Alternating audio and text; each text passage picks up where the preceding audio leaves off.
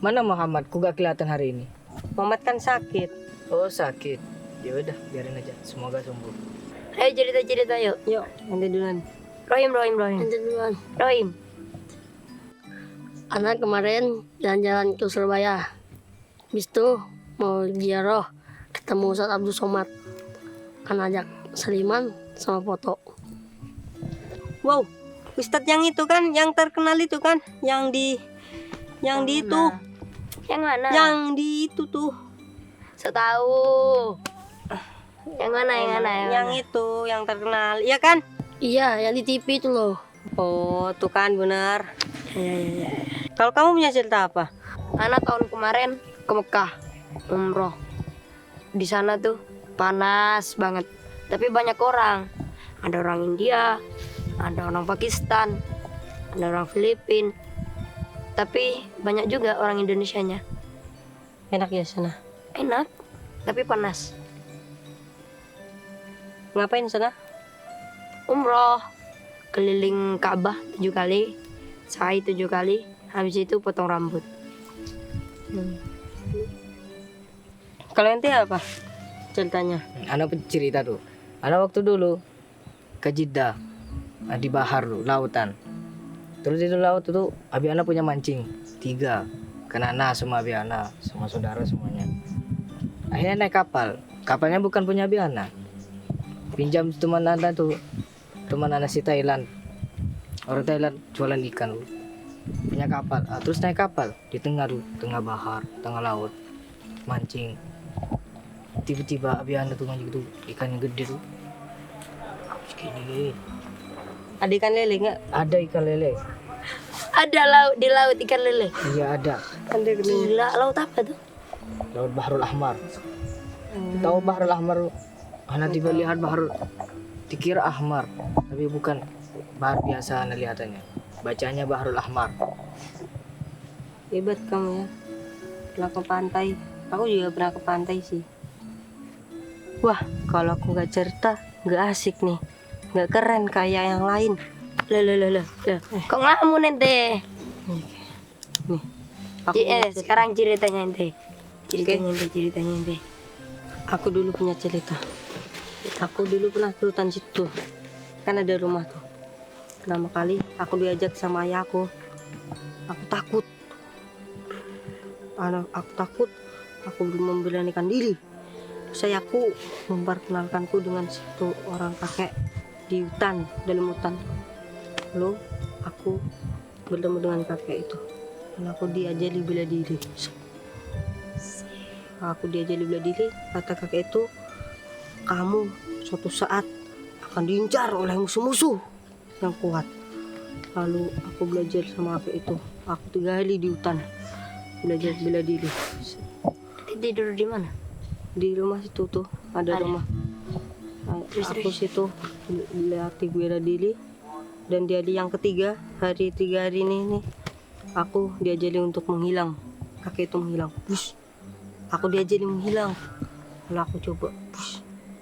Bisa hilang. Bus, keluar asap. Terus tiba-tiba aku pindah tempat. Cing. Keren kan? Keren. Wah, berarti kamu kayak di film-film itu. Masa ya ente kayak gitu? Iya, masa kamu gak percayaan gitu sih? Wah gitu. Besok ajarin kami semuanya. Ya udahlah. Besok kamu datang ke rumahku ya. Nanti juga. Ini kan udah sore. Udah ada suara kiroat. Jadi kita pulang aja dulu. Yaudah yuk. Ayo. Ayo. Ayo.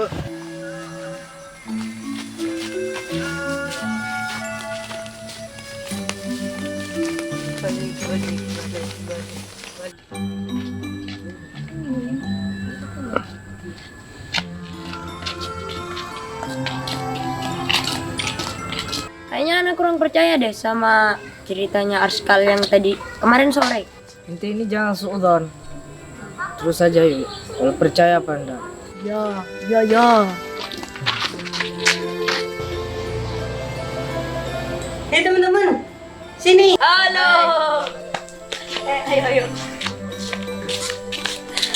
Yana, katanya mau ngajarin kita belajar apa namanya, menghilang. Jangan ngelamun, Oh iya, menghilang. sebenarnya tuh kemarin aku bohong kepada kalian. Astagfirullah, Askal. Karena aku kemarin gak punya cerita yang bikin kalian kagum. Ya udah, aku terpaksa bohong. Tinggal ngomong aja kan, gak usah bohong-bohong. Tapi kan jadi gak asik. Kalian cuma cerita, bagus, keren. Terus aku gak cerita. Ya bilang aja. Ya udah. Aslinya kami nih menyesal. Ente bisa menghilang. Ternyata pas nyampe sini kata ente mau diajarin, gak ada. Bilang bohong. Maaf ya semuanya, kalau aku berbohong. Minta maaf semuanya. Maaf Ana ya. duluan. Maaf ya. Maaf Kak. Maafin. Yaudah, ayo kita berangkat ngaji. Katanya mau Ana ajarin menghilang. Katanya ente bohong. Yaudah deh, ya.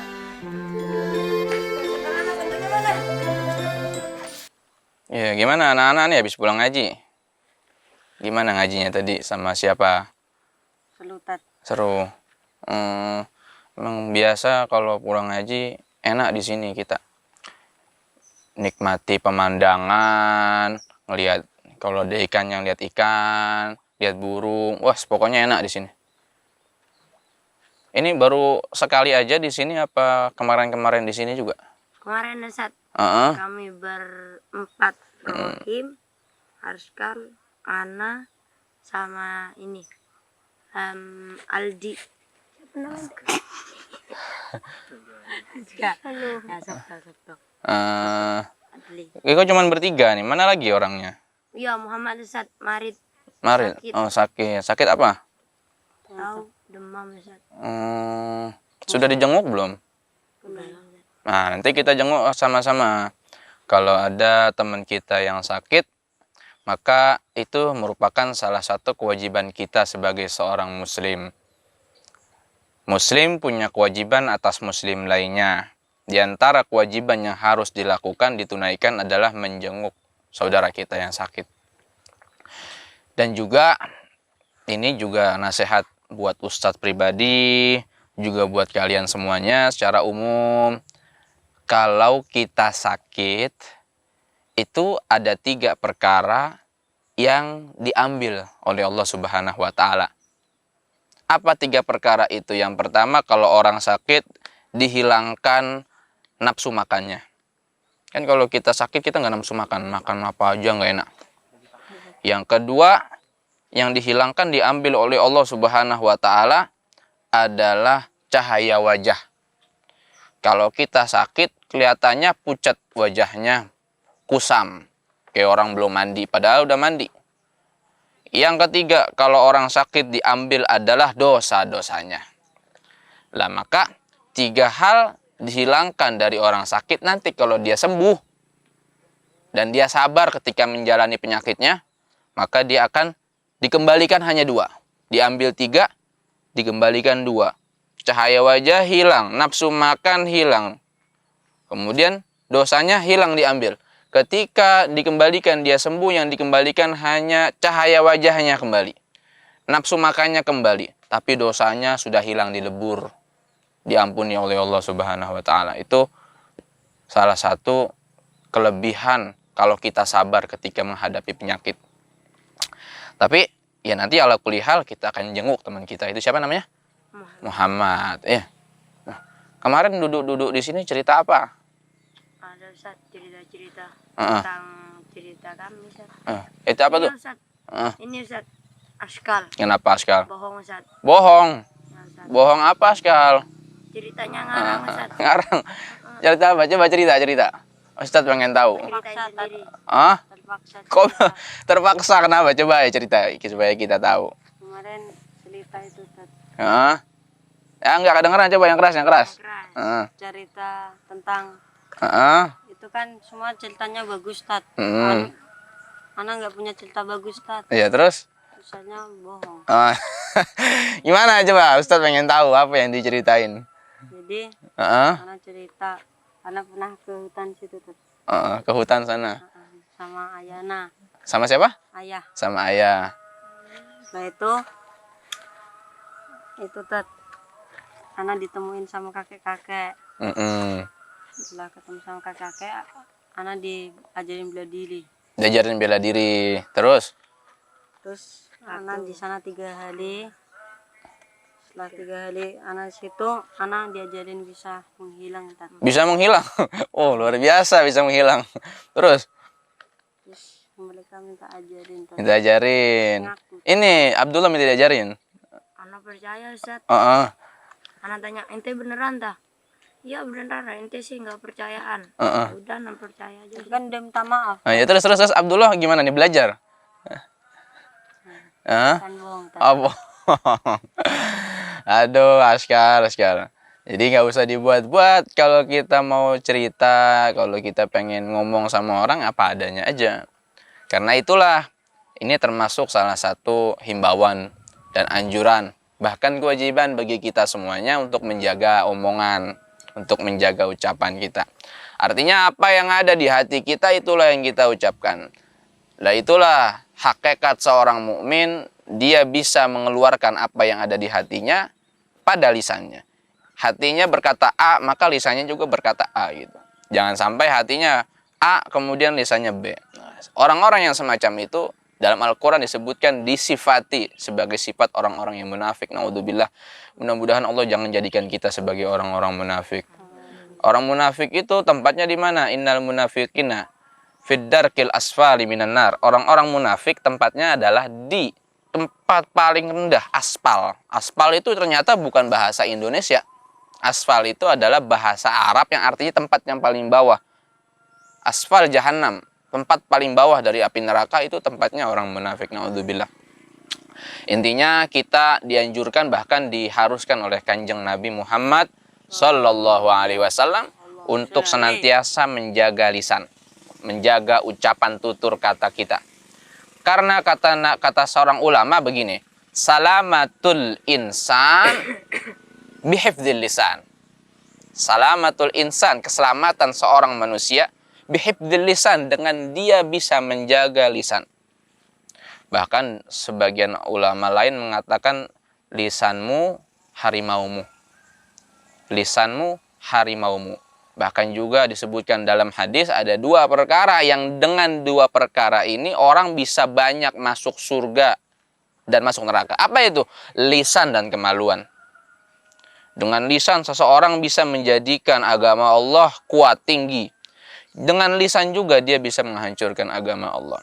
Maka dari itu Nabi SAW bersabda dalam hadisnya, man kana yu'minu billah, barang siapa yang beriman kepada Allah dan hari akhir, man kana yu'minu billahi wal yaumil akhir fal yukrim jarahu, hendaknya dia itu memuliakan tetangganya.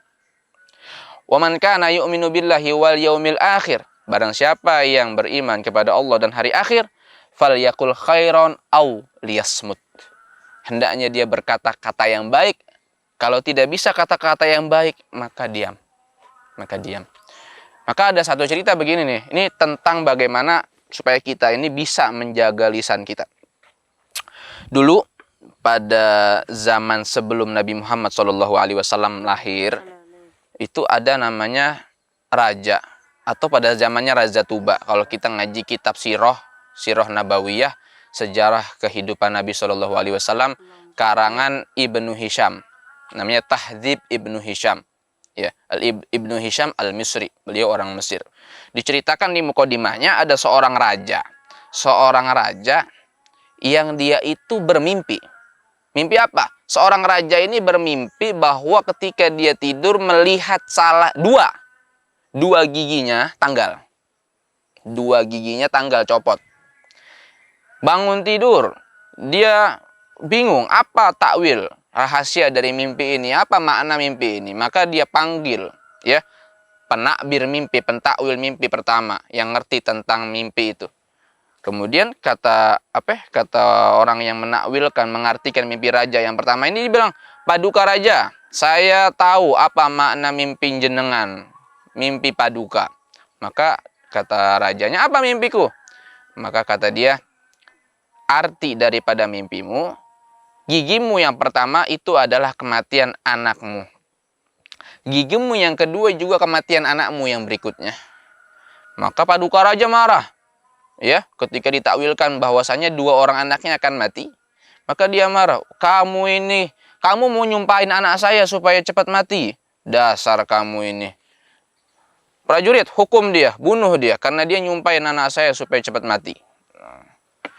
Panggil pentakwil mimpi yang kedua. Datanglah pentakwil mimpi yang kedua yang menafsirkan mimpi itu. Dia mengatakan, paduka raja, saya tahu apa yang terjadi dengan mimpi Anda. Apa artinya mimpiku? Mimpimu paduka raja, engkau umurmu itu lebih panjang daripada umur kedua anakmu.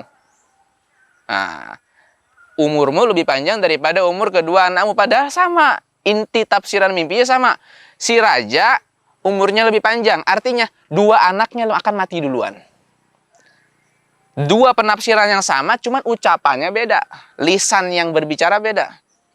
Dengan sebab demikian raja senang. Oh, saya panjang umur. Saya lebih panjang umurnya dari 2 anak saya. Maka dia senang. Pentafsir mimpi yang kedua ini diberikan hadiah dan bebas. Semuanya punya peran, semuanya punya pengaruh, yaitu adalah lisan. Yang pertama tadi gara-gara lisannya dia salah ngomong aja, itu bisa dibunuh. Yang kedua, karena lisannya dia bisa selamat bahkan dikasih hadiah oleh raja. Maka dari itu kita harus jaga lisan kita.